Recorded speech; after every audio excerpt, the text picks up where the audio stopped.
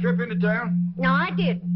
Every place we went, folks stared at us. Well, Pearl, you gotta expect that. Handsome woman like you, dressed to the teeth, showing a pretty ankle, folks is bound to stare. If you ask me, they were staring at this old truck.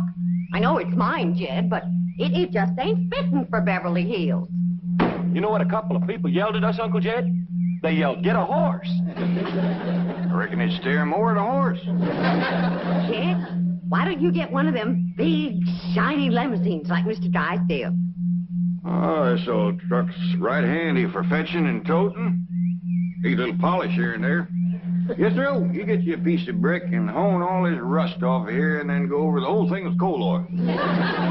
Say, Uncle Jed, you was to get yourself one of them there fancy limousines, I could be your chauffeur and drive you around in style. Yeah, you could sit in the back seat all duded up and folks would think you was a duke or a earl or something. Yeah. Oh, I don't reckon I'd fool nobody. Besides, I ain't particular anxious to have folks think I'm something I ain't. You're a millionaire. Well, I bet you that's just as good as a duke or earl. All right, Jethro, take her around and go to polishing.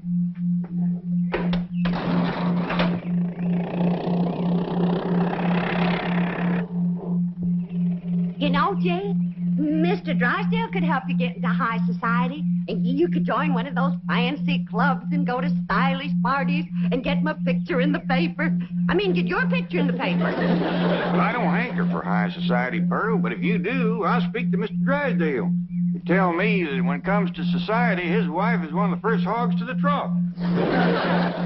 It ain't for me, Jed, but it sure would be nice for Ellie Mae. Why, she could be a debutante and have a coming-out party and... What's that? Yeah, it's a party where unmarried society girls meet unmarried society fellas. Why, Ellie Mae and me could get Ellie Mae could get a husband in no time. Jed, you got my butter churn patched up. Well, I ain't got it quite finished yet, Granny. Jed, you have to do your chores out here in front where everyone can see you. Well, no, Pearl, but the light's better here, and these iron chairs here make good workbenches. What'll the neighbors think with all this stuff out here? Pearl's right, Jed. It does look like we're showing off. Showing off? Oh, I bet there's not another family in Beverly Hills has a butter churn like that one. Tom, You got Granny's spin wheel fixed? She's gonna show me how to make Lindsay onesie thread. oh, how am I ever going to get this family in high society? What's that, Aunt Pearl? Well, society is where a bunch of high-class folks do a bunch of high-class things. Like what? Well, like drinking tea and playing bridge and having parties and getting dressed up and going to the Opry and getting wrote up in the paper. I give up. You can't make silk purses out of sow's ears. If Pearl's so dad blame anxious to drink some tea, I could make her any kind she wants. Some red clover, some slippery elm, or some sassafras. I don't reckon it's the tea so much as who she's drinking it with, Granny. Pearl like to get in with them society women like Miss Drysdale. Yeah. Pearl always was one to want better than what she could afford. That's Pearl. Too poor to paint and too proud to whitewash.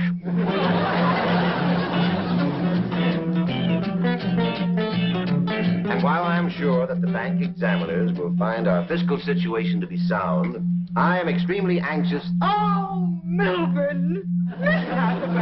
Do you know who's coming? Yes, the bank examiners. I'm sure they'll find your bank ever so tidy. Now, to important matters.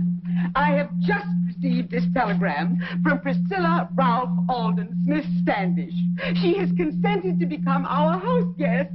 Oh, surely you're jesting. No! Oh. Priscilla Rolfe Alden Smith Standish is going to be staying at our house? Yes, indeed, Melvin. Well, who in blue blazes is she? Did you hear that? Melvin, how can you be so uninformed and run a bank? Well, I have you helping me, dear. Thank goodness. Mrs. Smith Standish is only the president of the Women's Federation for the Preservation and Perpetuation of the FFT of A. First family traditions of America. Well, bully for the FFT of A. But I'm expecting the SBE of C. State Bank Examiners of California. Thank you. Oh, wait, Milburn. Do I have your permission to put everything in readiness for the arrival of Mrs. Smith Standish? Oh, you have indeed. Good. I'll have the carpets moved out immediately. Fine. What? Barbara, come back here. Now, what were you saying about the carpets? I intend to rid our neighborhood of those uncouth, unsightly hillbillies before the arrival of our prestigious house guest. You do, and the president of the FFT of A will be staying at the YWCA with you. When are you going to get it through your head that Jed Clampett's money is one of the pillars of this bank? Mrs. Drysdale, if you'd only take the time to get to know the Clampetts, I'm sure you'd agree that they're basically very fine people. Surely you're not suggesting that I mingle with them socially, introduce my friends to them. No, don't do that. They'll move away for sure. It's obvious that I'll get no understanding or cooperation here. I should have listened to Mother. She warned me against marrying a common bank president.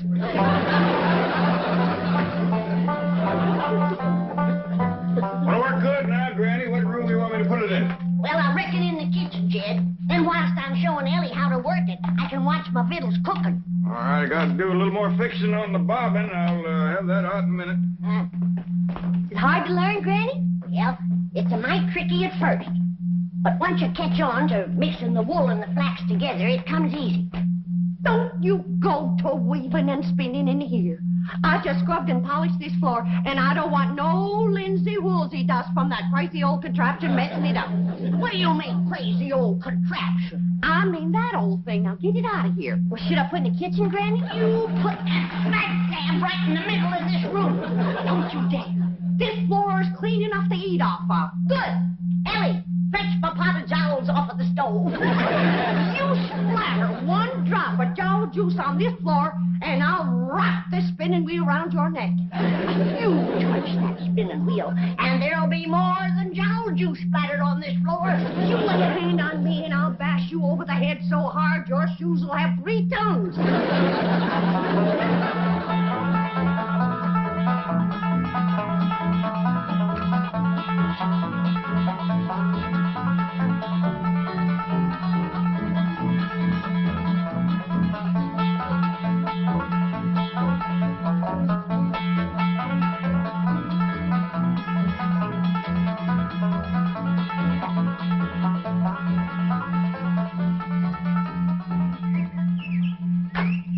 Drive on out to the airport and pick up Mrs. Smith Standish. I have some slum clearance work to perform. Well, howdy there, Miss Drysdale. Sure is a nice surprise to have you come and visit. Pearl and me was just talking about you this morning. Pearl's got a hankering to get into society, and I says, well, I hear tell when it comes to society, Miss Drysdale's one of the first hogs to the trough. Say, you're looking mighty green around the gills. Come on inside and have a mess of Granny's jowls and sorghum. That'll put you to feeling bushy-tailed. I'm expecting very important company. Priscilla Ralph Alden Smith Standish. Well, bring them along. We got plenty for the whole bunch. Priscilla Ralph Alden Smith Standish is only one woman, and probably the world's greatest authority on colonial history, early American genealogical origins, and 17th and 18th century artifacts. And she is the esteemed president of the FFT of A. Well, we sure would be proud to meet her. I shall call upon every resource to avert such a social catastrophe. Well, thank you very kindly. May I send a truck to pick up this debris? Well, I don't know. I'm sure Granny'd let you use anything you wanted, but I don't think she wants to sell it. I would only want it for the rubbish collector. Yeah, you're right. They make nice gifts, but like I Oh, said... enough of this. Time grows short. You are a disgrace to Beverly Hills. You in this pile of junk. Why don't you go back to the woods and live in a cave where you belong? Bravo! My sentiments precisely. You are indeed a disgrace. And the sooner you leave this lovely community, the better. Just a doggone minute, fatso.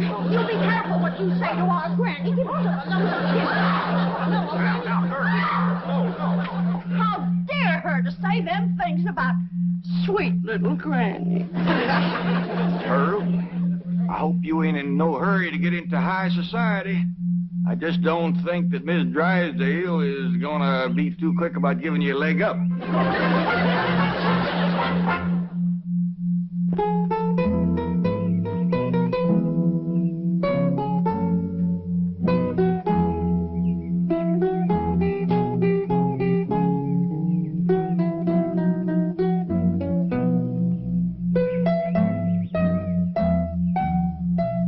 Mrs. Drysdale is here? Yes, ma'am. If it's all right, I'll take the bags on over to the house. Of course. Thank you.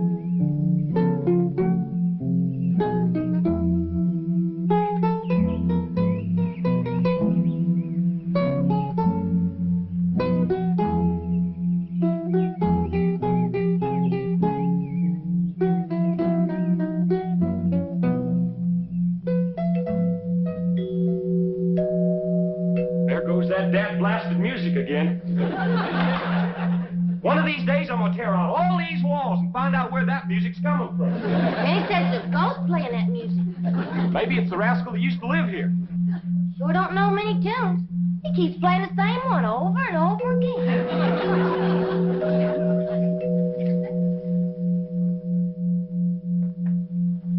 Jethro, why don't you ask your teacher over to Pot's school about that music? I'll do it, Uncle Jet. But one thing I know for sure, somebody's gonna come to that door. They always do when you hear that music. See? Sure had it pegged right. By the way, your mom wants you in the kitchen. Honey, ma'am. Tell me, is this your loom out here? No, ma'am. That belongs to Granny. May I speak to her, please? You sure can. Come on in. I have reason to believe. Ah, what have we here? Right there's my daughter, Ellie Mae. Spinning wheel. Where did you get it? It's Granny.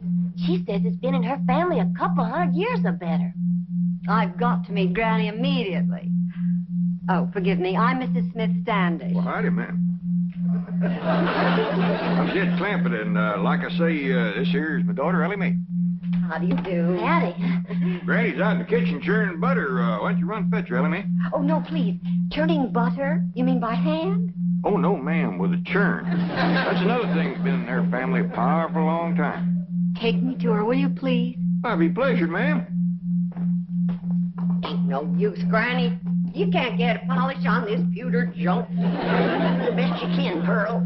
How can a body set a decent table with this kind of stuff? Why, if we was to have company, we'd all be disgraced. How enchanting. A vignette from the past. Oh, don't move. What a picture. The homespun dress, the colonial dust cap, the churn, the pewter, the old coffee mill. Oh, it's a tableau from another century. Who do you reckon she is, Pearl? Dogged if I know. May I get some pictures? What kind of picture? Still pictures. She's a dad-blame revenuer. We got a trap. Well, now, hold on, Granny. Whoa, wait. Hey, you let her take your gun. Now we'll have to rush her bare-handed. I don't figure this lady is no revenuer. She's just powerful took with the old thing. How long have you had this rifle? Well, my pa gave it to me. His pa gave it to him. I reckon his pa done the same. Marvelous. And the churn. How long have you had this? Granny, ain't that the churn that saved your great-great-granny from the Indians? It sure is. Oh, tell me about it, would you?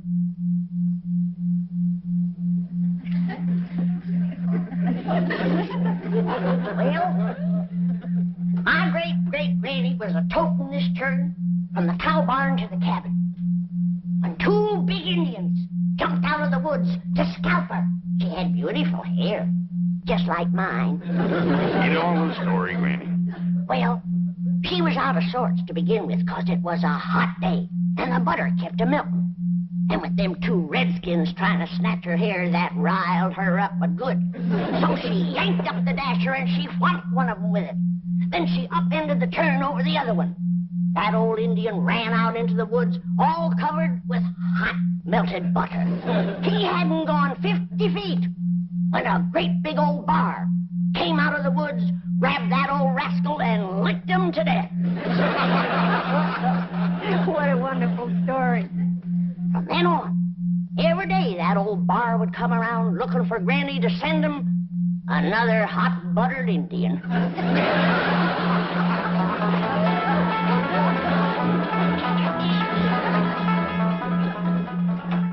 Melvin, do you know what that is? No, what is it? That is a hog jowl. Oh, well, thanks, dear, but I have other plans for lunch. I have just been pelted with those repulsive objects by your friends and our neighbors, the Clampetts. Milburn, this is the last straw. Call out the militia. Have the neighborhood rezoned. Write our congressman. Do anything that's necessary, but get rid of those hillbillies. Oh, Margaret, they're not a bad sort. They're barbarians. And I warn you, Milburn, just as they brought about the decay of Rome, so Beverly Hills will crumble and... Oh, please, Margaret, relax. Oh, you don't understand such things as class war. You're of common birth. But we of the aristocracy have always had to fear the hostility of peasants. I tell you, Milburn, those Clampetts are dangerous. If they'll attack me with hog jowls, think what they might do to a woman like Priscilla Ralph Alden Smith Standish. And she's due to arrive any moment. Oh, she has arrived, Mrs. Drysdale. Your chauffeur just phoned. He dropped her off at the Clampetts, thinking you were there. Oh, they have her. She's been delivered into the hands of those savages. Well, get those savages on the phone. We'll prove to Margaret that everything is all right. This may be the oldest piece of pewter ever to be found on this continent. I'm just mortified, Mrs. Smith Standish. I'm been after Cousin Jed to get rid of all this junk. Now that he has money, I'm going to throw it all out. No, please, it's priceless. Say, Miss Smith Standish, if you like old things, just wait till you get into this trunk. You'll be happy as a heifer in red clover. Marvelous. Unbelievable. Is this your family Bible? Well, no, not anymore. It got too old. Commenced to crisping and flaking off, so they pitched in and got another one about 100 years ago. It's in there in parlor. Well, I'll get it, Uncle Jed. Hello? Dedicated to Queen Elizabeth. Yes, ma'am. This is Jethro. Mr. Clampett, this is an original Geneva Bible. It's sometimes called the Puritan Bible. 400 years old. Oh, why, yes, ma'am, Miss Hathaway. She's right here. You want on the phone, ma'am? Not now. Tell him I'm all tied up. Hello? Oh, she can't talk right now. She's all tied up in Uncle Jed's trunk. Hello? Hello?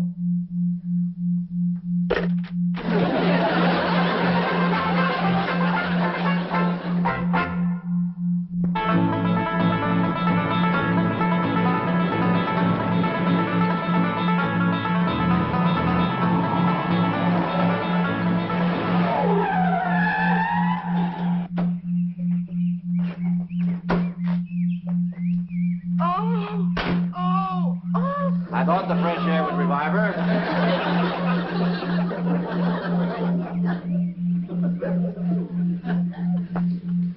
Oh, Milburn, what if they've strangled my president? Or she's suffocated in that trunk? Mrs. Drysdale, I am certain the Clampetts would not do violent harm to Mrs. Smith Standish. Jethro has a way of confusing the facts. I can't tell you how thrilled I am to participate in this historical recreation. No, honey, this is what you call spinning. You gotta hold your thread tight. I will. Try this woman. Madam President, what have they done to you? Milburn, call the police. I want these ruffians seized and hanged immediately. What are you doing? Rescuing you from the grimy clutches of these peasants. Peasants. My dear Mrs. Drysdale, it may interest you to know that I have established almost beyond a doubt that Mr. Clampett here is a direct descendant of the first man to come ashore at Jamestown, Virginia, May 13th, 1607. What? You mean? I mean that when your family and my family arrived on the Mayflower, his family was waiting for them.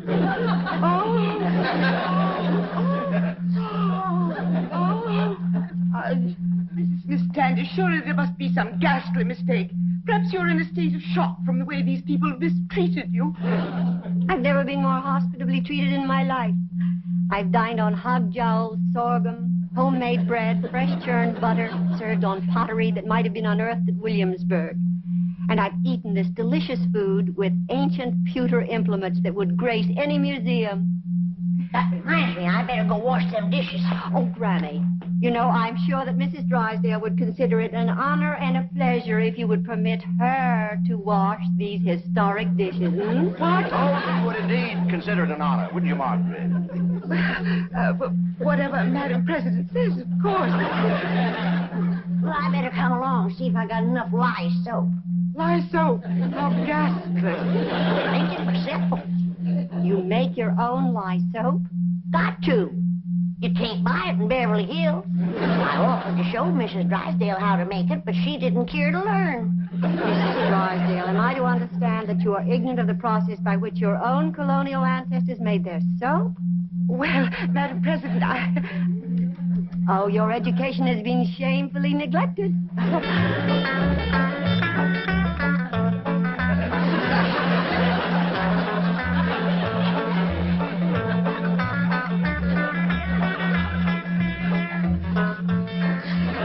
It's about time to add some more lye and some possum renderings, Miss Drysdale. Oh, Mrs. Drysdale, I hope you appreciate the historical significance of this opportunity. You are reenacting the making of soap just as it was done more than 300 years ago. oh, yes, Madam President. I'm thrilled. She's so happy, she's crying. I wouldn't have missed this for $1 million. Tax exempt. Oh, Chief, bank examiners are waiting. Yes, I know. Oh, Mrs. Standish, don't forget you promised to let my wife wash dishes, too. Oh, I wouldn't think of depriving her of the thrill of handling those authentic colonial implements. And in the good old colonial way, no automatic dishwasher. Heaven forbid. Mrs. Smith Standish, I have known you only a few brief minutes, but already you are one of my favorite people. We shall return. I've lost my coiffure, my mascara, and my manicure. Oh, best forget about them, honey. If they fell in that soap, they's dissolved by now.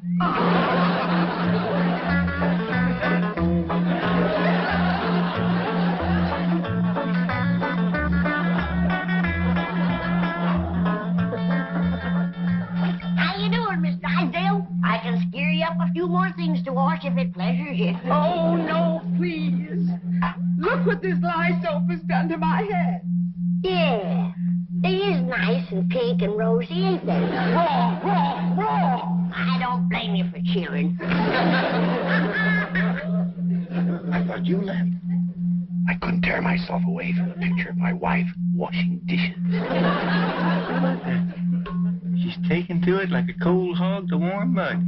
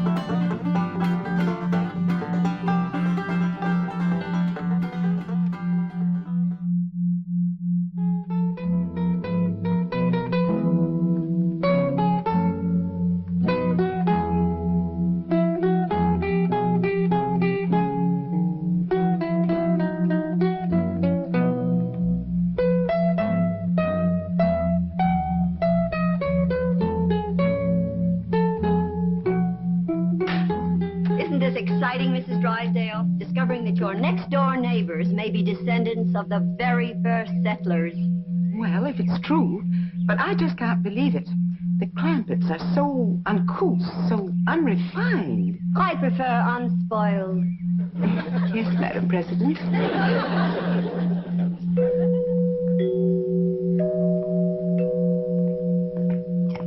Yes, Ro? Did you ask your teacher over to Pot School about that music like I told you? Oh, yes, sir, Uncle Jed. She explained it to me, and I got it all wrote down.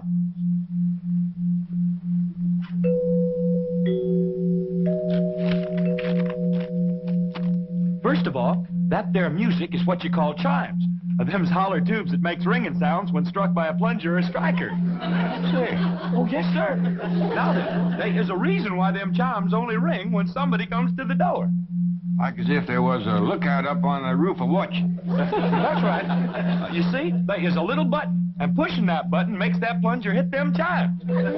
Doggy. So whilst you go ahead and go to the door, I'm going up on the roof and catch that rascal that's pushing that button.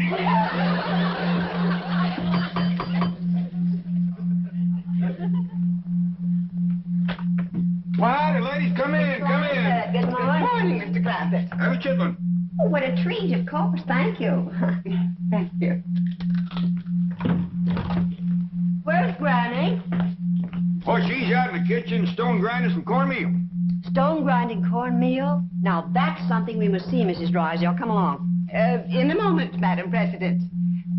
Mr. Clampett, will you tell your cousin Pearl that my car and chauffeur are at her disposal? Sure will. Pearl! You gonna eat your chitlin? Oh, yes, of course. By the way, Mr. Clampett, just what is a chitlin? Oh, these ain't ordinary chitlins. These is Granny specials. They is possum innards deep fried in boiling hog fat. Jack? Pearl, how come you to be using Miss Drysdale's car? Well, kid, now that we's high society, I can't be seen riding around in that old truck. When is we high society? Since that historical lady found out that your ancestors come to this country for the Mayflower. What's that got to do with me? That's the way society works, kid.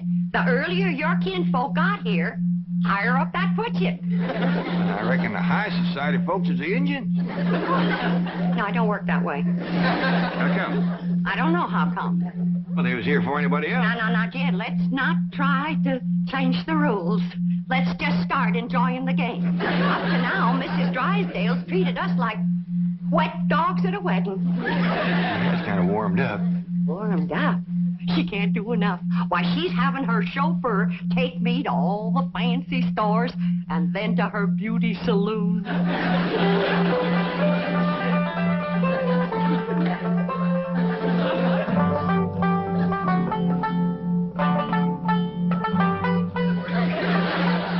I'm certain there must be an easier way to grind corn. Oh, there is. Now, back home, we took our turn of corn to the grist mill down by Catfish Creek.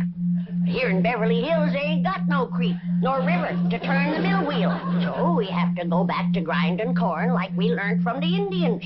But surely any supermarket would... Mrs. Drysdale, this is a priceless experience. A direct contact with the past. You can read about these things. But to actually participate in activities familiar to our ancestors it's to hold history in our hands. I don't think I could hold anything in mine. Smarter might, do they? I'm afraid they do. Isn't it shameful how soft we've gotten? Well, you come on over here, Miss Drysdale. There ain't nothing like hot soapy water good for sore hands. Oh, thank you. And this here soap will take the sting out of the pain. You're very kind. And while you got your hands in the hot soapy water, why, you might as well do a few of these dishes. Dishes? Well, you seem to set quite a store on handling all of these old historical pewter pots and pans. Oh, I do. I do. But I have to meet my husband at his bank immediately. In fact, I'm late now. But don't you worry, Miss Drysdale. I'll save up a bunch of thrills for you, like churning and lye making and corn husking and chicken plucking and goat milking.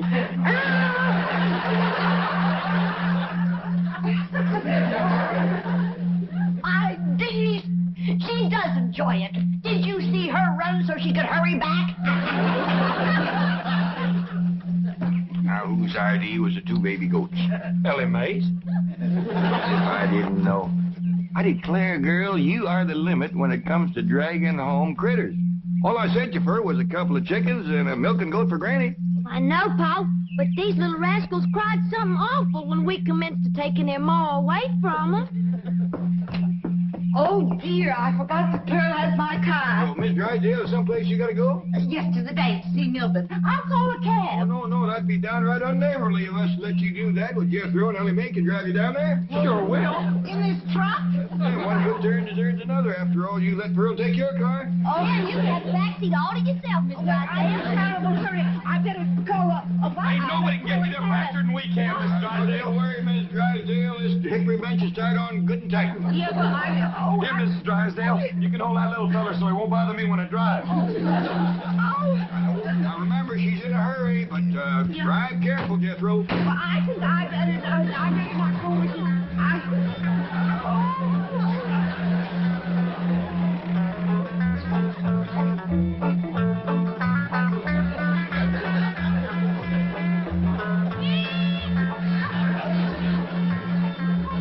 Everyone is staring at me. I bet you that beautiful new hat they're looking at. I have to ride down the main street of Beverly Hills. It's the quickest way to the bank, Mrs. Drysdale, and you said you was in a hurry.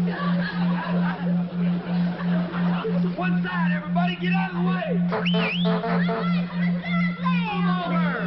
Please. We're doing the best we can, Miss Drysdale. Get out of the way. That's it, Miss Drysdale, making noise like some sirens. Come on, move over.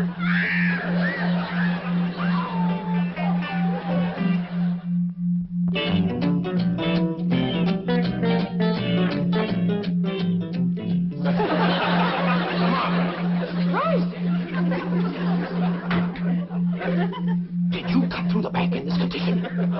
Shame. How could you explain this? The Clampett. Don't want to hear any more complaints about the Clampetts. Oh, they may be a bit unrefined, but at least they don't run around the streets of Beverly Hills smashed. What happened to your beautiful spring hat? Oh.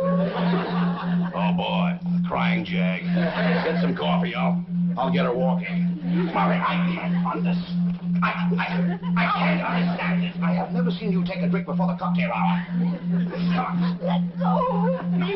Margaret, please lie down. I will not. Now, you're not going to be one of those kind of drunks, are you? I am not intoxicated. I'm mortified. The word is ossified. When you listen to me, the Clampetts are to blame for this. Oh, of course. And I suppose Granny gave you some of her corn? A huge bowl like this. Here we are, Mrs. Drysdale. Have a sip of this. Thank you, I shall. Oh, that does help. Tell me, confidentially, what did happen to your hat? It was eaten by a goat. Have some more coffee, Margaret. Mrs. Drysdale, you really must get a grip on yourself. Now, if Mrs. Miss Standish verifies that the Clampetts are indeed first family material, then you too will be in the spotlight. I'll be in the hospital. So help me, if those uncouth hillbillies become my social peers, life will cease to be worth living. Oh, Miss Hathaway, take me home. Margaret. What happened to your car? Did it get smashed, too? Cousin Pearl has it.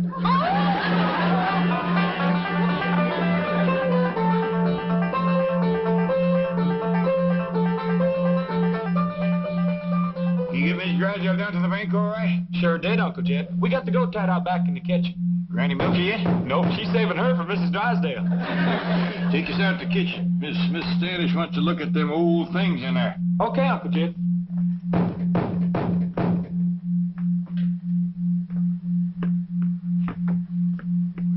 Come in, whoever you are.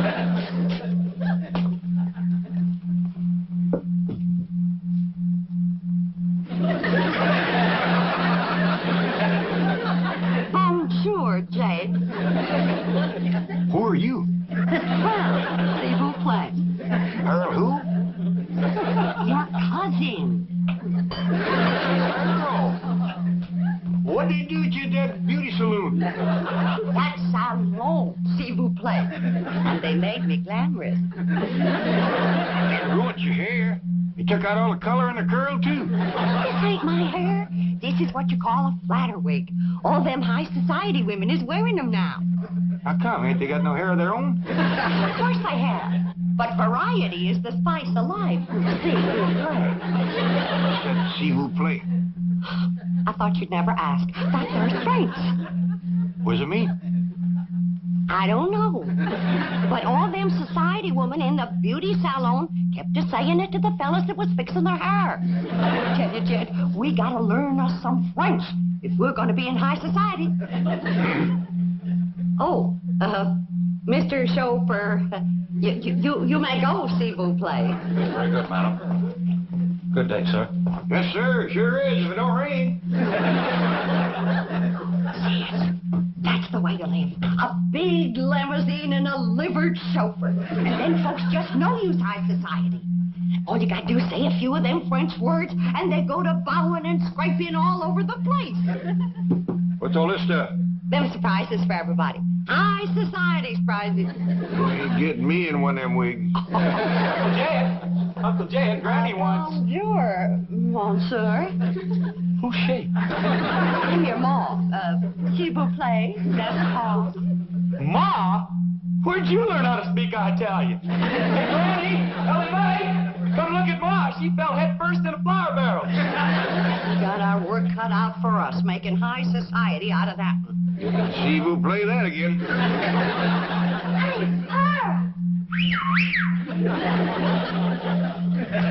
Killing me, high society ladies don't go round carrying goats. Well, Miss Drysdale held one on her lap all the way to the bank. Didn't she, Jethro?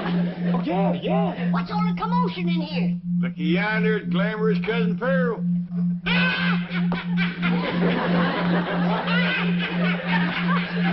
Would you kindly tell me what is all so fired funny? You wouldn't know a high society woman if you'd see one. Well, I sure don't see one around here. Hey, look at all the fine surprises here Cousin Pearl brung for us. What'd you bring for me, Ma? Now, you find out. Now, I did a lot of checking today, and I found out that high society folks, especially rich ones like us, they have what you call hobbies. Hobbies and sports. What's them? Them things to keep them busy, because they don't do no work. Well, that lets me out. No, Granny, it's all right to work, long as the other high society people don't know you work. You see, high society folk is always bored. How come? I ain't sure. Probably because they don't work. Well, why don't they just work and not bother with, Now, Jed, let's not go to changing the rules again. We're just getting into the game. All right, Pearl, tell us what you want to do. Well, Mrs. Smith Stangy said they might be wanting to take our picture for the high society page in the newspaper. So I figure we gotta look like high society. Now, all of you go and put your clothes on, and when Miss Smith Stangy sees us, she won't have to be shamed. I don't think I want to get mixed up in this nonsense. Granny, please. Oh, come on, Granny. Since it pleasures Pearl so much, it can't hurt us none. Besides, Pearl knows a lot more about high society than we do. Thank you, dear.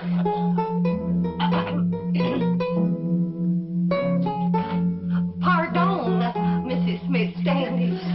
Well, Jean, what a beautiful gown. Mercy. This is my tea-drinking, bridge-playing dress. S'il vous plaît. Oh, you speak French? Oh, yeah. I mean, oui. Quel surprise, charmant. Aimez-vous parler français? Well, you see, I speak it, but I don't quite understand it yet. Ah, c'est bien dommage. Mrs. Smith Standish, didn't you say that they might want some pictures of us for the paper? Oh, yes, if my research data is corroborated at FFTA in Virginia. Why, pictures of the Clampett family will be on front pages of newspapers all over this country. That'll include me, won't it? Of course. Well, I just want you to know you won't have to be ashamed of us. Now, why would I be ashamed? Well, you know, not having much education and culture and hobbies and not speaking French and all. That is, the others. Well, you don't have to worry, because I've been a-working on them, and you're going to be proud when you see them. Now, you sit right here, and I'll introduce them one by one.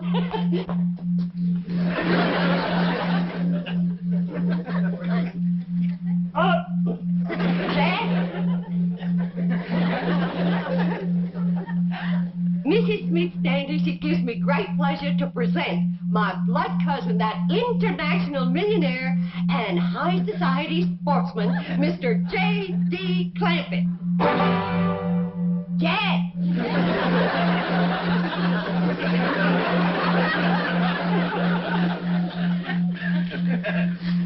Do something, Jed. Polo for us. I don't know how you pole. I feel like a named fool. Look at this thing. I don't know whether you snare them or knock them off trees. You go and sit over there, Jed. We'll be drinking tea and playing bridge directly. Granny, you're next.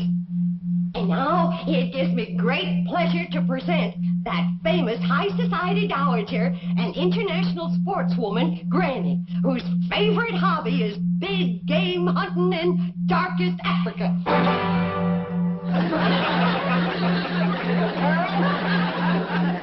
It's a good thing for you this gun ain't loaded. Granny, you go on over there and sit down, and we're going to have tea and bridge. Now, those of us who is high society knows there just ain't nothing more cultured than ballet dancing. And so it gives me great pleasure to present them wealthy, bored, international young'uns whose favorite hobby is ballet dancing, Ellie Mae and Jethro. How beautiful. That's only hair. Come on out, Jethro. I ain't gonna do it. Jethro, come on out. I don't want to, Ma. You look fine. You're just dripping culture.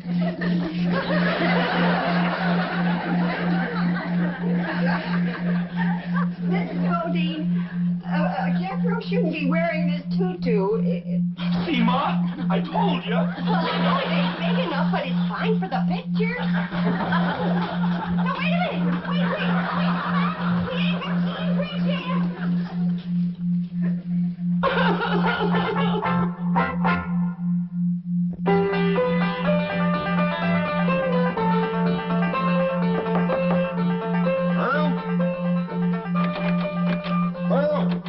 Pearl? Go away. Oh, Pearl, come on out. Don't sit in there and sulk. Miss Standish wants us to show her how good a Virginia reel. You show it to her. I ain't no mood for dancing. Oh, we can't dance it without you. Come on, everybody's getting all dressed up. I had you all dressed up and you run out on me. Pearl, we just ain't ready for society that high. Now, Miss Smith Standish wants us all to get dressed for reeling. Come on out. You can wear your store-bought hair. I can't neither. She's gone. Is that old goat get it? Crazy enough to eat anything.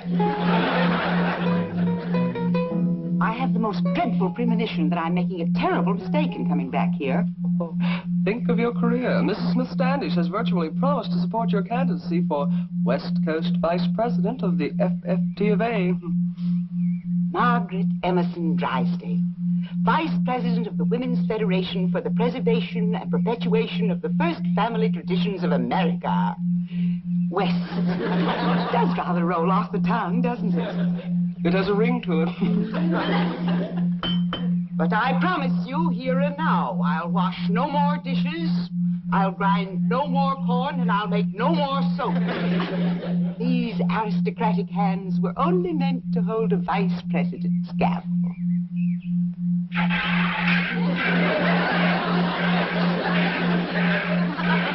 Oh, you're doing beautifully, Mrs. Drysdale. I'm proud of you. You sure got the hands for it, ain't you? Miss Drysdale, your husband's here. He's going to dance with us.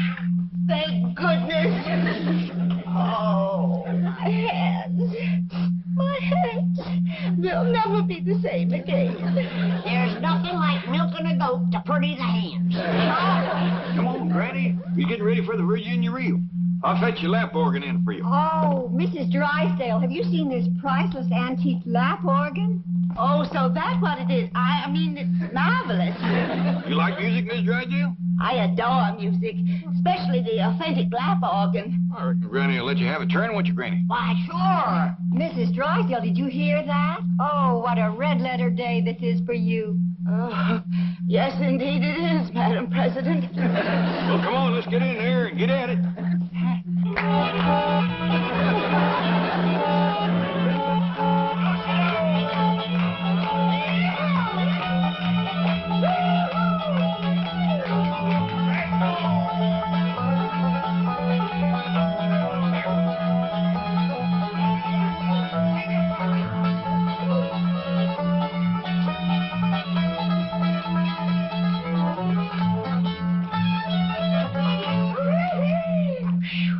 Somebody's gonna have to spell Miss Drysdale. She's all punked out.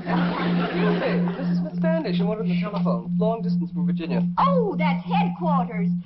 Mr. Clampett, if our genealogical records confirm those entries in your family Bible, you will make headlines from coast to coast. Your pictures will be in every newspaper.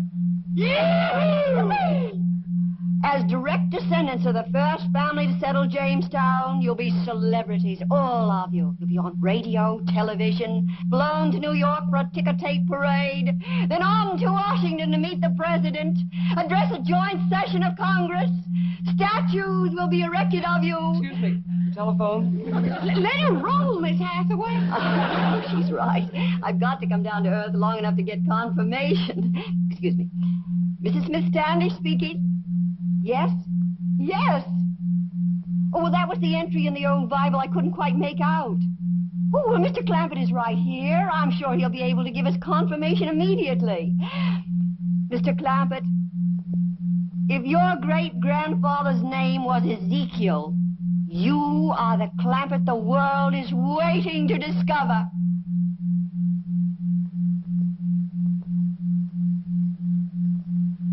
Well, now, I kind of hate to disappoint you, ma'am, but his name was Jeremiah. I could have told you that, Madam President. Not for one moment was I fooled. I'm sorry. No, there seems to have been some kind of a mistake. Jed?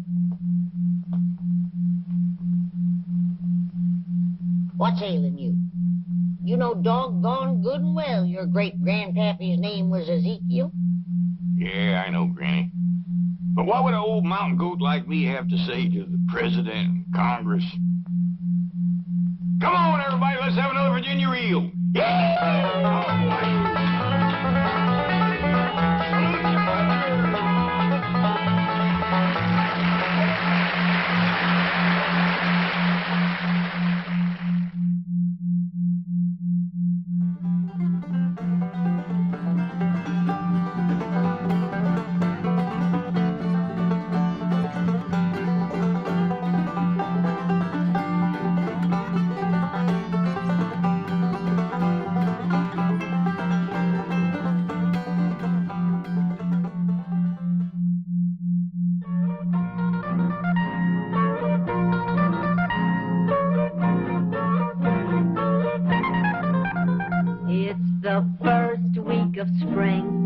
Granny's swamping up her tonic for to give to all the family and her kin. Though it tastes mighty bitter, it is good for man and critter, 'cause it gets your blood to running free again. Granny's brew, it's good for you. If you're off your feet, you ought to have some too. Even Pa leaves his victuals, he just sits out front and whittles. Cousin Jethro, he's a-sleeping in the shade. Instead of doing her spring cleaning, on her mop Aunt Pearl's a-leaning. Granny better get that batch of tonic made. There's the gong, won't be long till the family's back to feeling good and strong. Line up, everybody. First come, first served. 1, 2, 3, and 4. All right, Pearl, go ahead.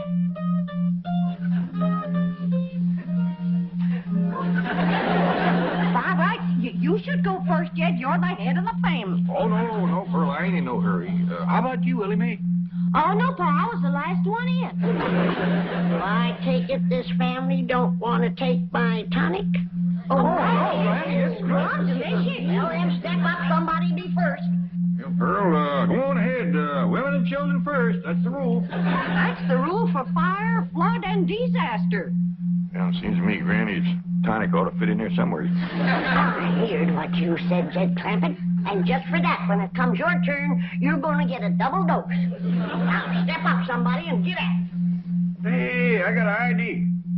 How about letting this little fella go first? He looks kind of puny. Yeah, he's been acting kind of poorly lately, Granny. Tonic him first, Granny.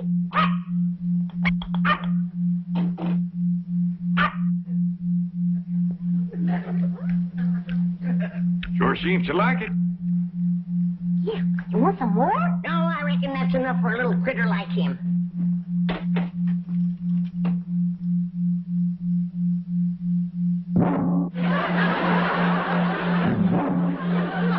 Yes, they're the best batch I ever made.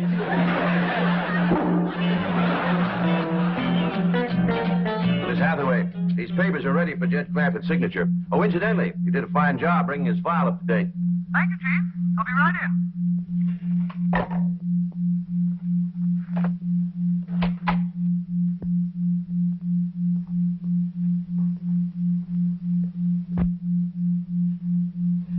Mr. Drysdale, I wish to give credit where credit is due. Most of the work on the Clampett file was done by Miss Buckles here. Huh? Buckles? Who's she?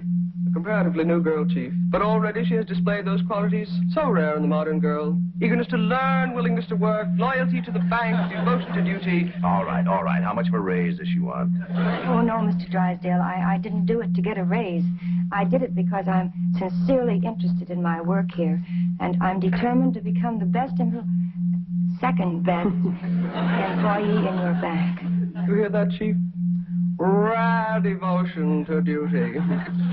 And Miss Buckles worked on the Clampett file in her own time. Very praiseworthy. All right, what's Mr. Clampett's present balance? $34,783,127.34. That's not including the oil deposit due today. Well, you are familiar with his file. I feel that a job worth doing is worth doing right. Unlike so many others, this girl is not here to find a husband. She is here to work, right, Gloria? Right, Miss Hathaway. You may call me Jane. All right. I'll take these up to Mr. Clampett. I'll make sure he signs in all places indicated. Right, Chief? Miss Hathaway, your time is so valuable, and I know that Mr. Drysdale needs you. I would never be missed from the secretarial pool. Do you hear that, Chief? Is she a rare find? I just try to be like you, Miss Hathaway. Jane.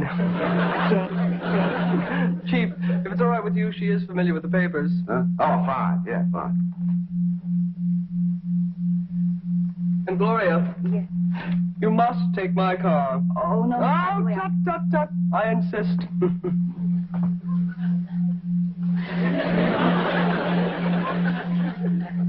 Granny, you seen anything of Jed? Not since I gave him that double dose of tonic. I wonder if you had ought to double dosed him. Just one dose has Jethro jumping fences. Well, Jed's an older man. He can hold his tonic.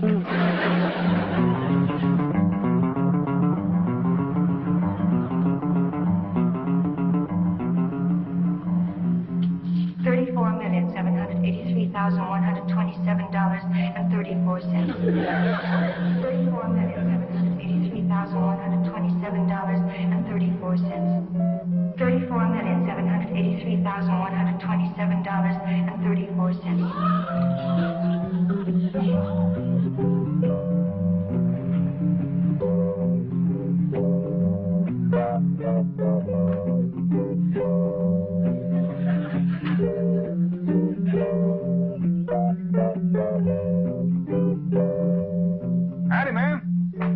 Well, how do you do? I'm Gloria Buckles from the Commerce Bank. Oh, it's mighty nice to meet you. I'm Jed Clampett. You? Yes, ma'am. But I was looking for a much older man. Ain't no older men around here. Might could scare you up one in the neighborhood. Seems to me I seen an elderly fella down the road a piece. No, I simply meant I couldn't believe that you were so young. Well, maybe it's because I ain't. You look so young. You do look young. Is that a fact? He's holding his tonic, but that ain't all.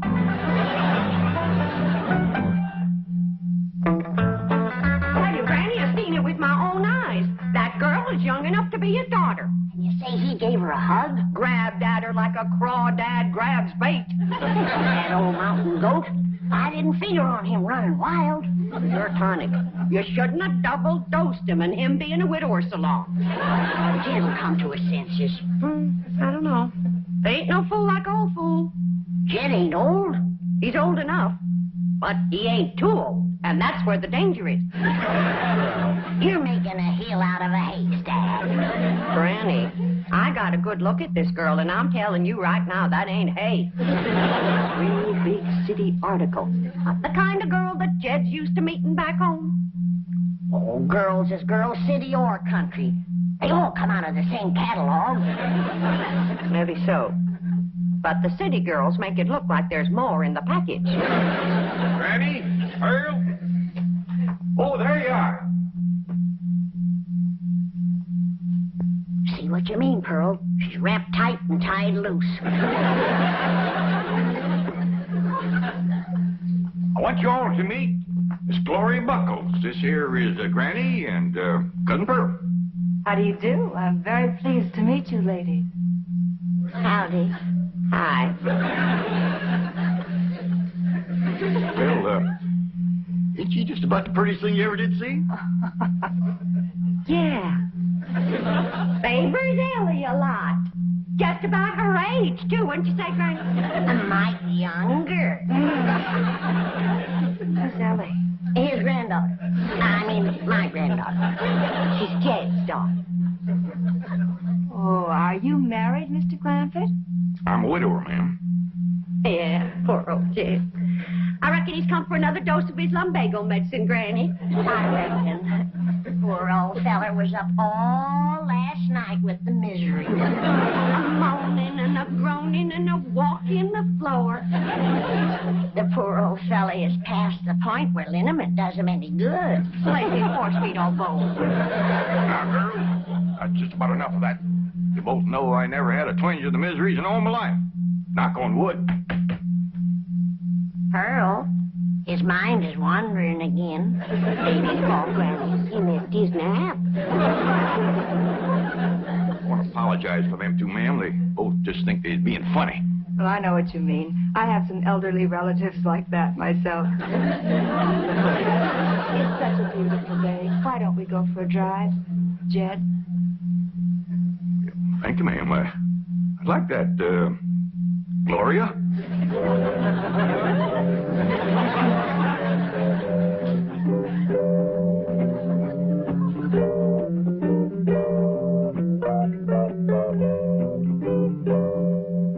Did you hear what she called us?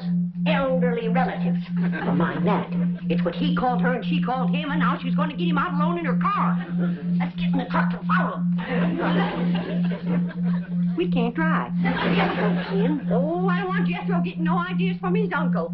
Don't forget, he's been tonic, too. We has nothing to worry about. Jed's a man that can keep his feet on the ground.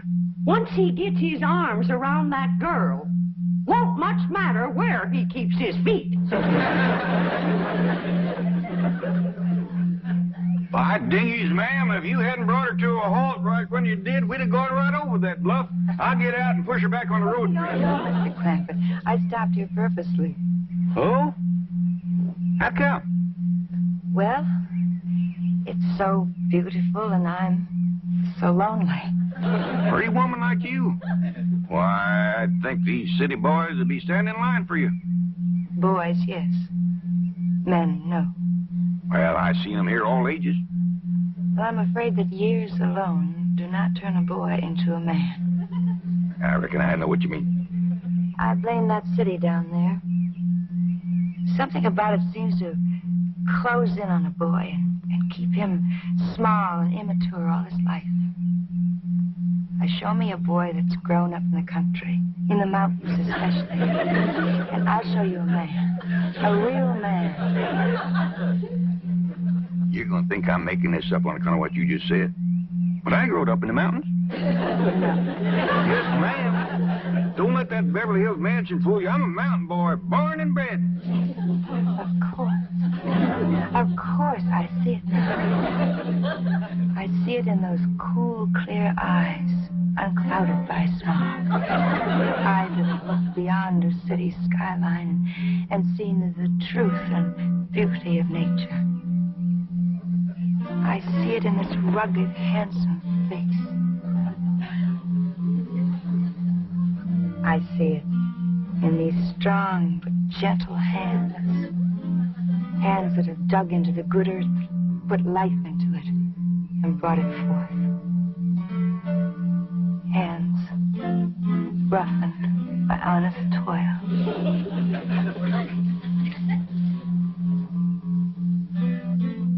Take another look at the face. Can you see anything of them? Not a sign. Where could they be all this time?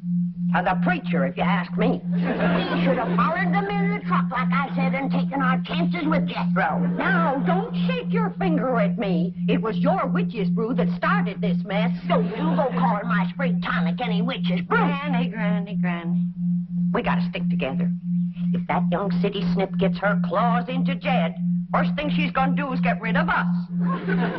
Oh, Jed wouldn't marry no city woman. Would he, Pearl?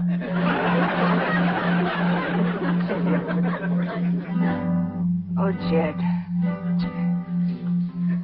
What have you done to me? Nothing, ma'am. Oh, yes, you have. You've sentenced me to a life of loneliness. A life without love. A life unfulfilled. Well, I don't know what you mean, ma'am. Honest, I don't.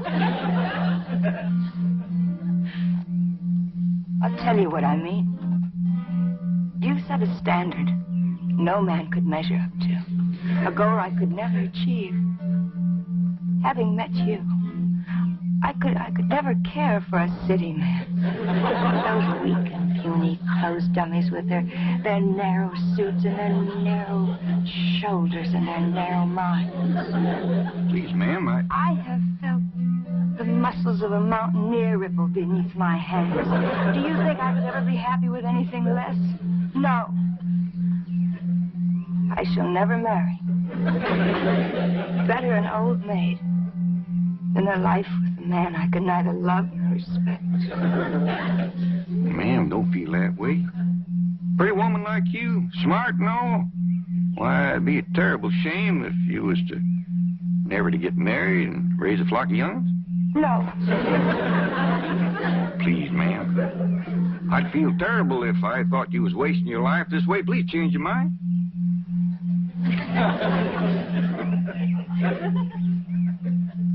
Well, Miss Gloria, if you're determined to marry a mountain man and none other, and unless you do it, your life will be ruined, maybe, and I get to know you better, I could find a way. Oh, Jed.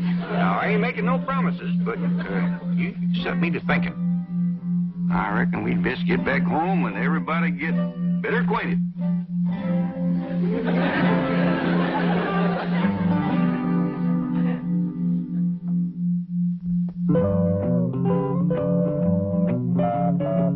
Here they come, Granny. Here they come.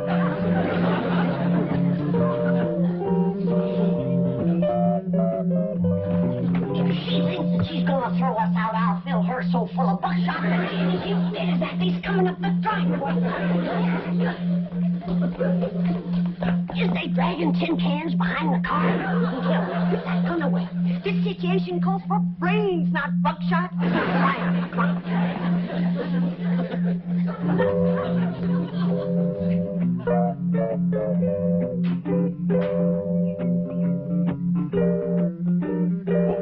partner. Forgot your pocketbook. Oh, those are some papers Mr. Drysdale wants you to sign. Well, come on, let's get in here and get busy. Got a lot to do with signing and dancing and getting better acquainted.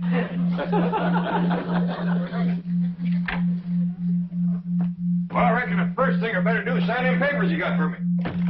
Yes, that's a good idea. Is she wearing a wedding ring? Wait till she gets her gloves on. Don't see one. Good. Then they ain't been to the preacher. What is old Em, anyway? Well, this transfers your money from one account to the other. And this is your last will and testament. They ain't been to the preacher, but they've been to the lawyer. And that's just as bad. Or worse. We gotta stop him. Oh, there you are, Jed. We've been looking all over for you. You give the doctor a terrible fright disappearing like that. Yeah. He was afraid you might have fell in the cistern again. What are you talking about?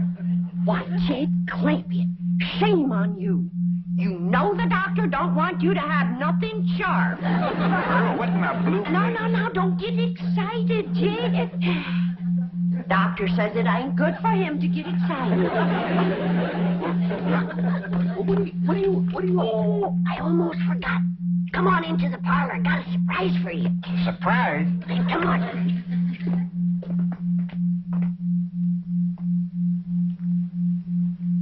All right, what's a surprise? Well, the surprise is what Pearl and me found out about that woman whilst you was gone. What'd you find out?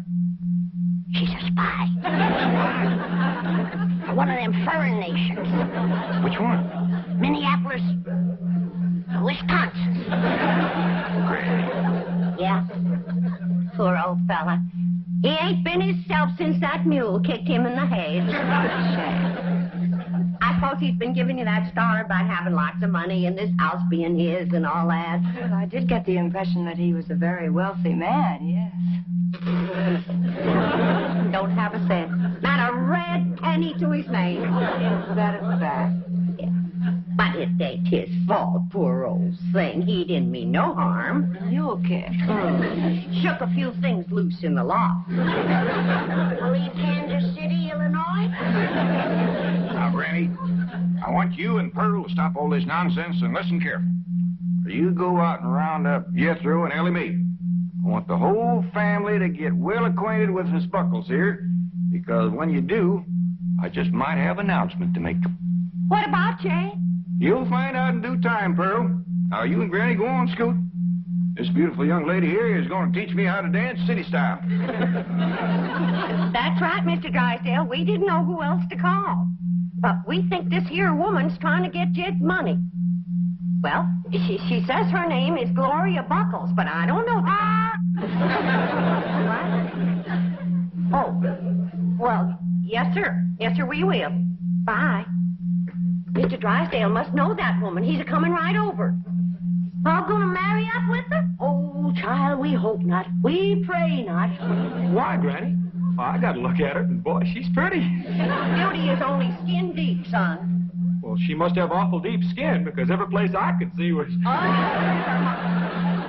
Now, Mr. Drysdale says we's to keep her here till he comes. I'll watch her, Ma. You watch your car. How about I throw a down set on her? Good idea. I'll set with you. No, Jed ain't gonna hold still for nothing rough. Now, Ellie, you and Jethro keep an eye on things. Granny and me's gonna do some plotting and thinking.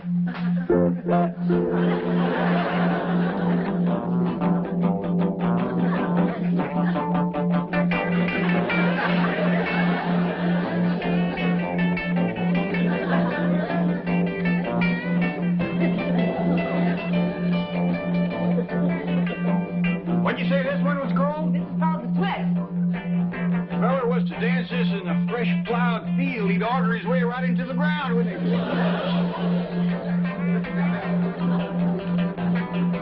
Hey, Jethro, come on in. You want to dance? He'd rather dance with her, Uncle Jed. That's what I had in mind, boy.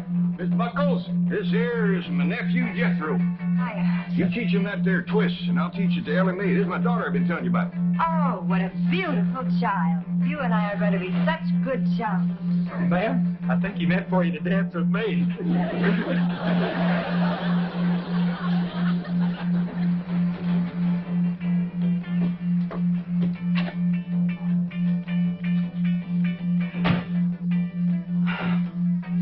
Time, Chief. There's my car. Yes. Now, where's your protege? That loyal, devoted, hard-working gold digger. I still can't believe it. So shy, so retiring. She'll be retiring if she hooks Jed Clampett.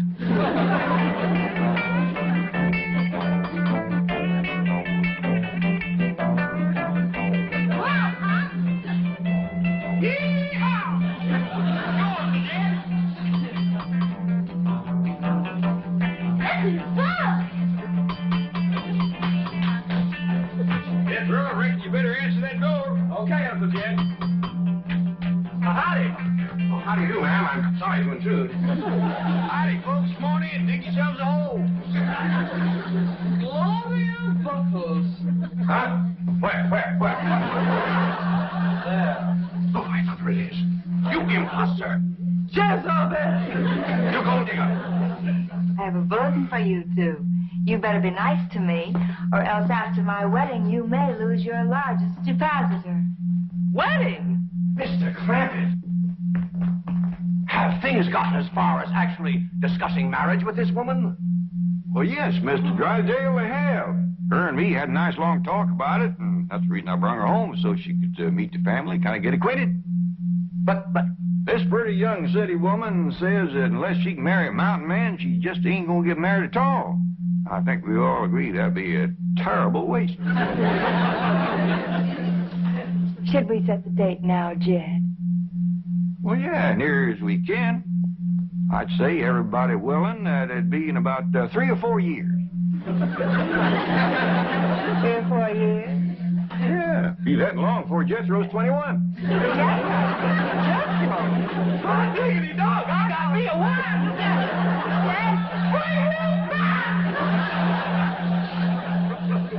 Paul, ain't you gonna marry up with that city woman?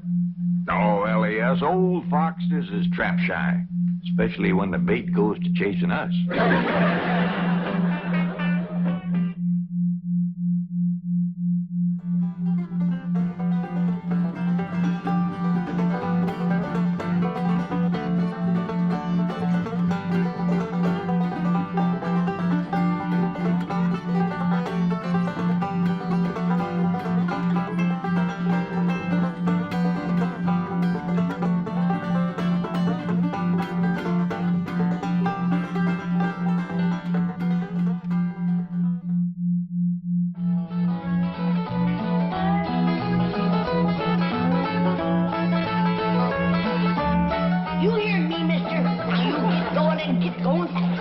Madam, I don't think you understand. I'm from the Internal Revenue Service. That's a department of the... Hop in that puddle jumper and cut mud out of here. But I only want to talk about Mr. Clampett's return. He ain't going nowhere. You keep hanging around here, you ain't going nowhere neither. Now, see here, madam, I insist.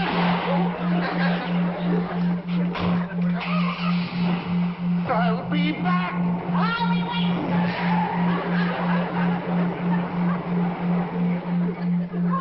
What's all the ruckus, Granny? Who was that? That blame revenuer. Sure? Came right out and admitted it himself. Well, we don't want no trouble with the law. Besides, you said you was going to stop running your still. I ain't been. But I don't want no revenuer snooping around. They're the lowest form of varmints. Even he was ashamed of being one. What? Called it the Infernal Revenue Service. Internal Revenue Service? Well, sit down, sit down. Thank you. Well, now, it's a pleasure to have you visit my struggling little bank. See there?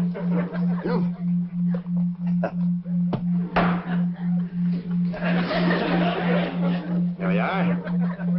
Yes, it's always a pleasure to see you splendid chaps from the Internal Revenue Service. You know, I was just talking to my tax man yesterday. Aspen? Mr. Drysdale, I'm not here to talk about your income tax return.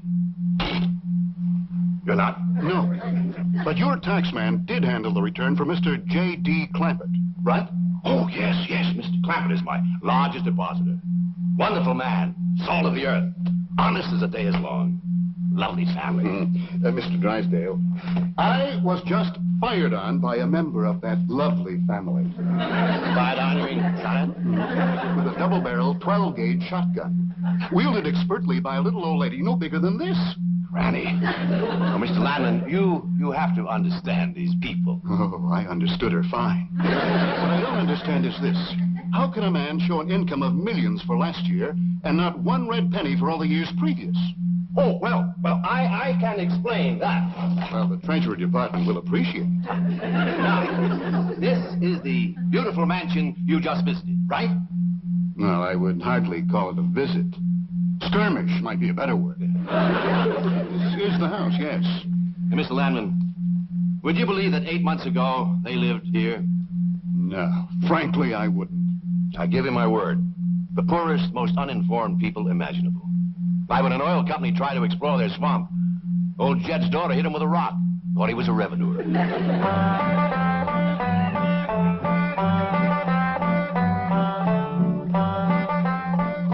What you got there? Stranger? Where'd you get him? I dinged him with a rock. What for? He was skulking around down by the slough. Figured he might be a revenue. He ain't no revenue. Then can I keep him? Of course not. Well, I called him. No matter. Well, he won't be no trouble. I could keep him out in the smokehouse. Ellie Mae, you can't keep people like they were dogs and cats. Who's that? Some feller Ellie found nosing around. Beamed him with a rock so it'd be easier to tote. That dear fella's from the petroleum company.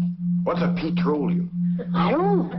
He asked me if he could do some wildcatting down by the slough. I said, help yourself. We're glad to get rid of the critters. What he say? Just kind of laughed. The laugh's on him. There ain't no wildcats down there at that slough. Heck no. It's too full of oil. Are you trying to tell me they didn't know oil was valuable? Even when the oil company geologists told them, they didn't understand. Mr. Clampett, that swamp of yours is full of oil. I could have told you that. Well, my company would like to pump it out. Yeah, I'd like that too, but I just can't afford to have it done. Oh, no, you don't understand. You see, you wouldn't have to pay for it. Oh, I don't take favors from strangers. No, Mr. Clampett, you see, you're a very rich man. Stranger, if money was skunk oil, a hound dog couldn't smell me. It's a swamp. My company will buy that land. Why, they'll raise so many derricks down there that... Son, I gotta be honest with you, you couldn't raise turnips down there. That ground looks black and rich, but it's so greasy you can just squeeze the oil out of it. But that's what my company wants. Maybe you better sit down for a spell. Why, even after Mr. Clampett sold his swamp, he didn't know how much money he'd gotten until his cousin Pearl heard the news and came rushing over. Stop this thing! Stop it!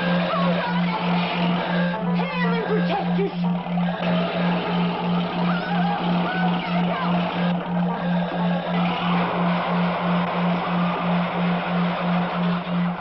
Did they hit us, kid? No, but I think they sure want the chicken house. I'm sure sorry about the chicken house, but nobody got hurt. Jethro, I told you to get rid of them worn-out brakes. I did, Ma. How come we ain't got none? Get on out and lift the chicken house back on its foundation. Yeah. Jed, Ellie Mae came running over to my place, and she said you sold the swamp to some oil company. Well, yeah, I guess I did. What did they pay you for it? Well, he ain't paid me nothing yet. The Brewster fella said he'd bring the money later. How much they gonna pay you?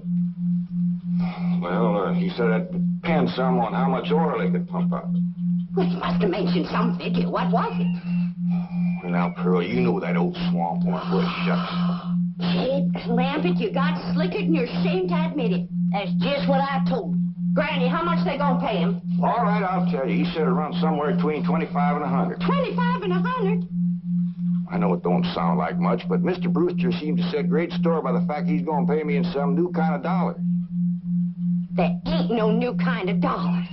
Well, it's new to me. I've heard of gold dollars, silver dollars, paper dollars, but he says he's going to pay me in, what do you call them, Granny? $1 million. Yeah, that's it. $1 million? Well, he wrote the whole thing out on this piece of paper. Here, you can see for yourself. I don't know nothing about that kind of stuff. Let's see here. Thanks in heaven. Granny, give me the jug. It's empty, but I'll fit some. I'll go, Granny.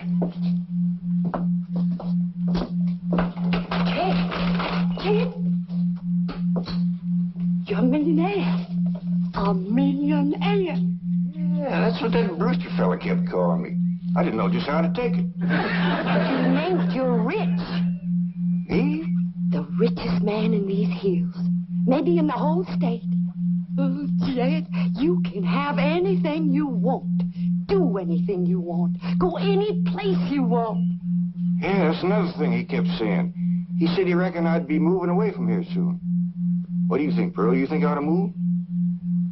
Jed, how can you even ask? Look around you. You're 8 miles from your nearest neighbor. You're overrun with skunks, possums, coyotes, bobcats. You use kerosene lamps for light. You cook on a wood stove, summer and winter. You're drinking homemade moonshine, washing with homemade lye soap. And your bathroom is 50 feet from the house, and you ask, should you move?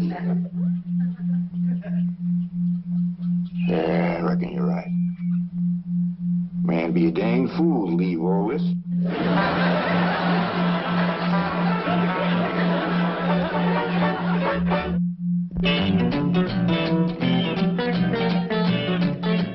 You know, Mr. Drysdale, in the Internal Revenue Service, we hear some pretty wild stories.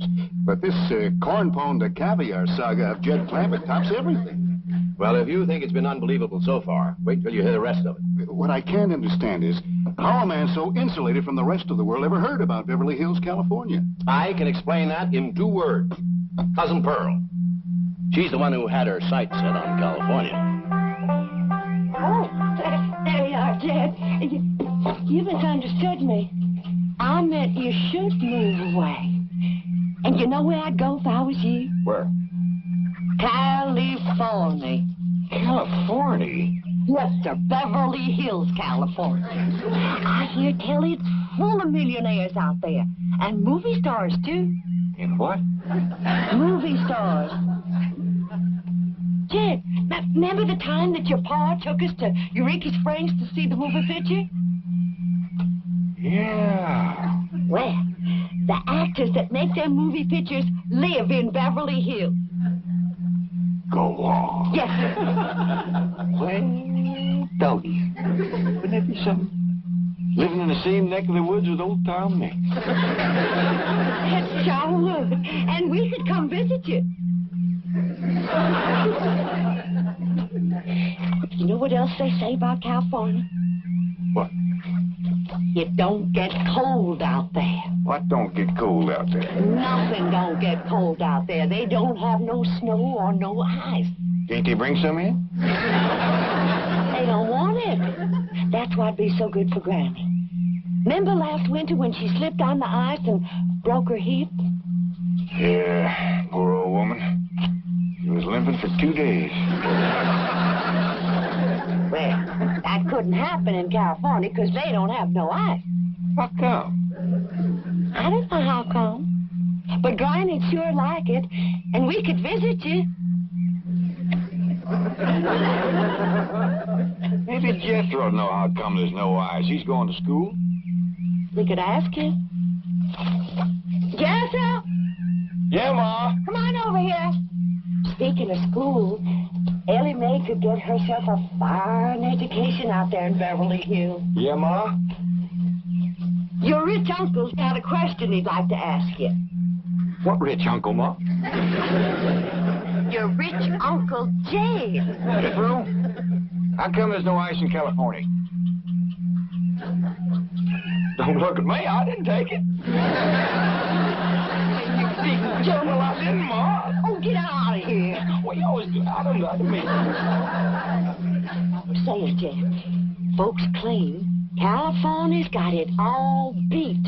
Why, things grow twice as big out there. Jethro would be a whopper, wouldn't he? He could help you move. He's awful handy at lifting and toting, and he could drive you out in my truck. I tell you what, Pearl. I'm going to have to study on this. When that Brewster feller comes back, I'll ask him what he thinks. Yes, it was Cousin Pearl who planted the idea of moving to Beverly Hills, but it was Mr. Brewster who made it possible. Now, who's he? Vice president of the oil company that bought Mr. Clampett's land. Yes, Brewster's often told me the story of that fateful evening. Well, your cousin is right about that, Mr. Clampett. Beverly Hills is a choice residential area, and lots of millionaires do settle there. Folks like me, huh? Well, millionaires. And movie stars, too. Oh, yeah. Is Tom Mix there? No, I'm afraid Mr. Mix is dead. Huh? Oh, yeah. Oh, what's the matter with me? Remember, Pearl, he got shot at the end of that picture. Well, there are plenty other movie stars, and that's where Jed wants to live. Ain't it, Jed?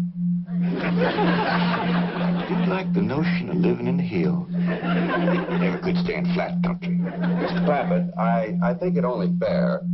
That is, well, I think you may have a wrong idea about Beverly Hills. Is that where you live? No, my home is in Tulsa. Well, say, maybe you could get us a place there in your neighborhood. Mr. Clampett, let's not beat around the bush. You will love Beverly Hills. Well, now, Jed, can you steer Jed onto a good place? No, I can get the bank out there to handle it for him. He'd like a nice, big place with plenty of room for his kinfolk to visit him. I would like a nice, roomy place if I could afford it. Oh, Mr. Clampett, with your money, you can afford the Taj Mahal. Okay, I'll take it. Well, no, you see, I was just making a little joke. Oh, well, go right ahead. Well, you see, the Taj Mahal is in India.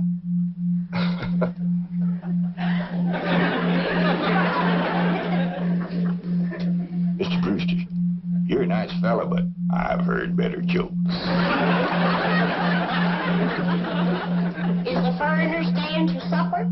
I'm ashamed to say I ain't asked him. How about it? Oh, I don't think so. Oh, no trouble. What you cooking tonight, Granny? Mustard greens and possum innards. Did you hear that, Mr. Brewster? Very clearly. Change your mind? Not this time. Well, if you should happen to come back tomorrow, we'll be having leftovers. That's the thing about possum innards. He's just as good the second day. What a family. So, anyway, they packed up and came to Beverly Hills. Well, it wasn't quite that simple. Mr. Clampett had his problems. With $25 million, he had problems? Ah, yes. The first one was his daughter. She didn't want to leave her friends. Friends? And I thought they lived in a completely unpopulated area. They did. Her friends were not the kind you and I have. Now, I ain't gonna be here to look after you no more. So you're gonna have to keep yourself out of trouble. Watch out for them coyotes and them bobcats and them hunters with guns. Stay out of folks' gardens, 'cause you know how it riles up Granny when you get in hers. Except when we're gone, you can have everything that's left. I'm sorry there ain't gonna be room enough on the truck to take you along. But maybe you wouldn't like California anyhow. Maybe I ain't gonna like it either. If I don't, then I'm a-coming hightailing it right back here, and me and you'll set up housekeeping all by ourselves. Ellie? Ellie Mae? Yeah, Paul, over here. You feeling all right, Ellie? You didn't eat your supper. Sure, Paul. Just wasn't hungry. Cold? You're shaking like a sumac leaf. Oh, Pa, I ain't cold. I'm scared. Scared? Why? There ain't nothing in this woods can hurt you, even in the dark. It ain't the woods or the dark. It's going so far away. I don't know what it's going to be like out there in Beverly Hills. Why, it's going to be just like here. Except we'll have things a lot nicer. Will I go to school and wear fancy dresses like city girls and put powder on my face and get my hair all fixed up in one of them there beauty parlors? Why, sure you will. Then I ain't going. I want you to meet the Clampetts under different circumstances. You'll find them to be really charming people. Including Granny? Oh, yes. This time you'll get a completely different reception. I promise you.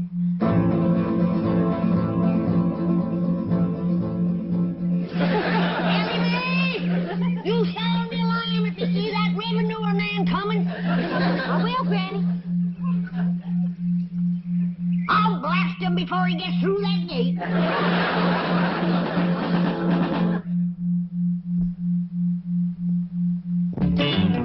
Of course, even after Mr. Clampett convinced his daughter to leave her animal friends, he still had Granny to contend with.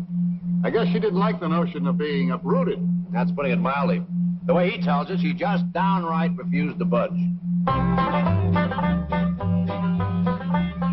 Ellie, if old Duke sits there with you, there ain't going to be room for Granny. Oh, that's all right, Paul. Granny ain't gone. Who says she ain't? She says she ain't. That's right, Uncle Jed. She's just sitting on the back porch in her rocker, and she says that's as close to California as you're going to get her. We'll see about that. Dang if I ain't got me the mulest women. First it's Ellie, now it's Granny. We ain't never going to get there. Now, what's all this nonsense about you ain't going to California? Ain't no nonsense to it. If the good Lord had wanted me in California, he'd have put me in California. Maybe he's just getting around to it. Book says he moves in mysterious ways. Well, if he moves me, I'll go. But you and Big Jethro ain't a-budging me. Granny, this here Beverly Hills sounds like the kind of place you'd like. That preacher fella says they got smogs out there. What's a smog? Well, me and Jethro figured out that's a small hog. And you heard what Earl said. It ain't got no snow out there. You could run your still year round. Runs the year round here. Yeah, but walking down through the snow to the still always makes you feel so miserable. I might feel miserable walking down, but the way I feels coming back makes up for it. Hey, friend, we've been planning and talking about this trip for days.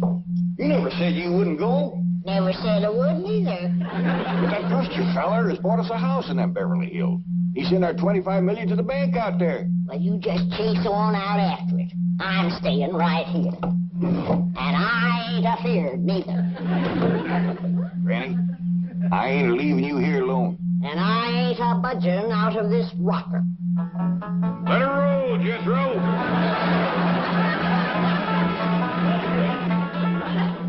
Only a man of Jed Clampett's strength and authority could have handled Granny. He'll be there when we get to the Clampett place, won't he? Oh, sure. You have nothing to worry about. There's the entrance up ahead. Yes, I know. There's a car stopping at the gate, Granny. They closed the gate since I left. I'll get it. You know, this reminds me of an experience I had when the Clampetts first moved in. I was leaving and found the gates closed.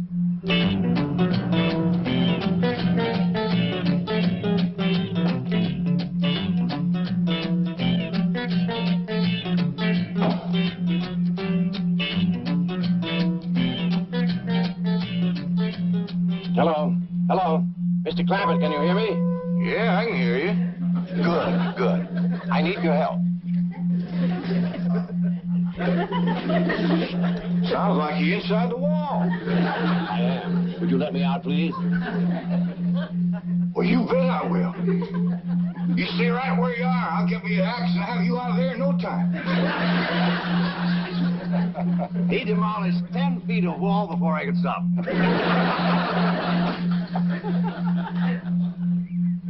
Granny, Mr. Drysdale's opening the gate. Good. He's leading that revenuer right into a trap.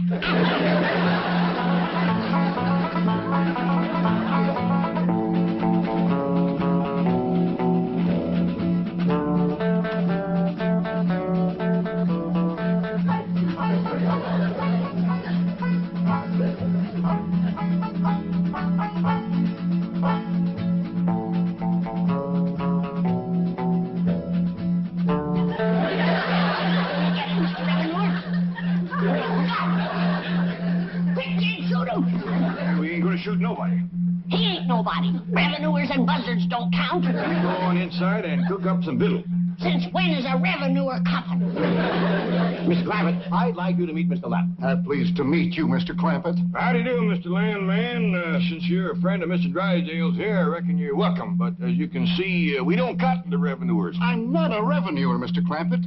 I guess back in the hills where you come from, I'd be a tax collector. Back in the hills where I come from, you'd be a lot younger. Oh? Was the climate that healthy? Oh, just you wouldn't have lived to get this old. Ed, the revenuer staying to supper. He ain't no revenuer. Well, is the foreigner staying to supper? How about it, Mr. Landman? You too, Mr. Drysdale. You're not by any chance cooking mustard greens and possum innards, are you? Not tonight. Oh, we had them last night. I'll stay. Me too. Tonight we is having leftovers. That's the thing about possum innards. It's just as good the second day.